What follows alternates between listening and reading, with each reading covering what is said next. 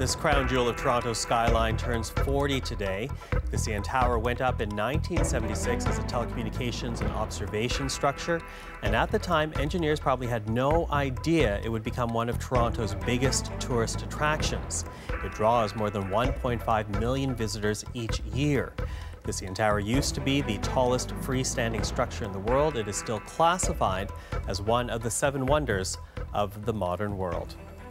Well, Patrick Quinn was a structural engineer with WZMH Architects. WZMH were the CN Tower's architects of record, and Patrick joins us now. Thank you for joining us on this anniversary day of the CN Tower. Are you feeling a sense of celebration today?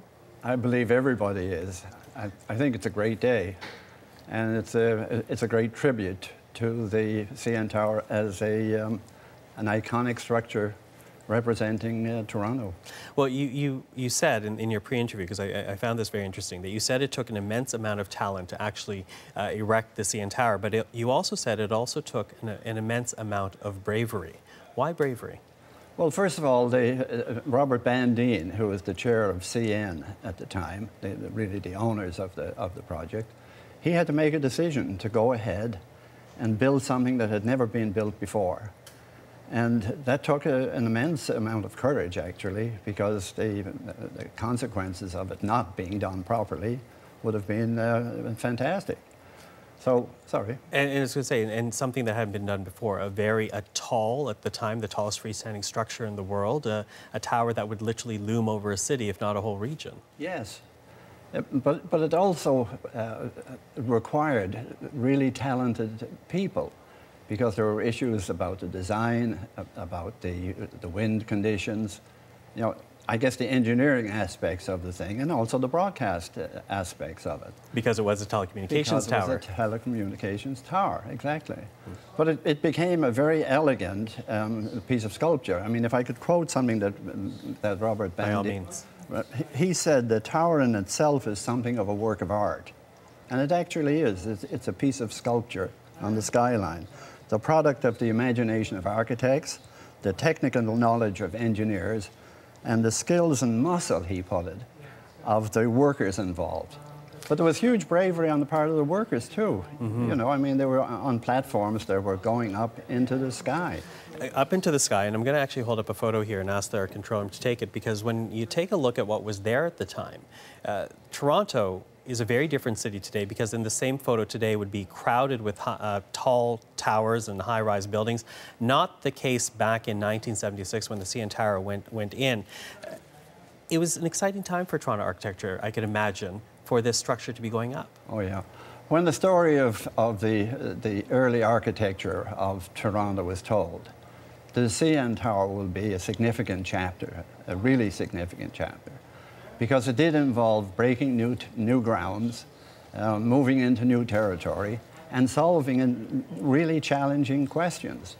You know, questions involved in the design of a building are one thing. Mm-hmm. But now you're talking about, you know, 1,800 feet high, very slender, very sculptural in scope. And the challenges were immense. Well, you know, I was not literally, but I was up the tower recently. That's what I was trying to say. We had a guest who is from Buffalo and wanted to see if she could see Buffalo, her home city, from the top of the CN Tower. So we went up the tower, and it was reminded to me that the tower sways in the wind for its height. And I think that alone, engineering-wise, seems incredulous. Well, one of the concerns at the time was the amount of sway that there would be. And again, Dr. Franz Knoll was the structural designer on the project, and he had to calculate. And in the days before computers, really, and before the technical things that we have today, the technology that we have today, he made some hugely important decisions. But it does sway. I mean, everything that is flexible, and the tower is flexible, sways. This concrete structure is still flexible. Yes. And it was for the very long time the world's tallest freestanding structure. Yeah. The Burj Khalifa has now taken that title away from the CN Tower. Does that hurt a little bit to have lost the title to the Burj Khalifa? I actually don't think so. I think the CN Tower has such a reputation around the world. People come here and they visit. When they visit Toronto, one of the places they have to go to is the CN Tower. one of the things they have to do is get a photograph with the CN Tower in the background. And they take that away to the rest of the world.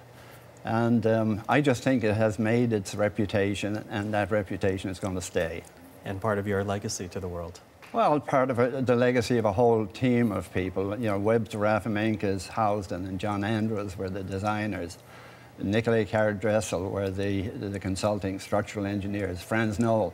And I could keep on talking about foundation company that built it, the Canron folks who put the top pipe on it.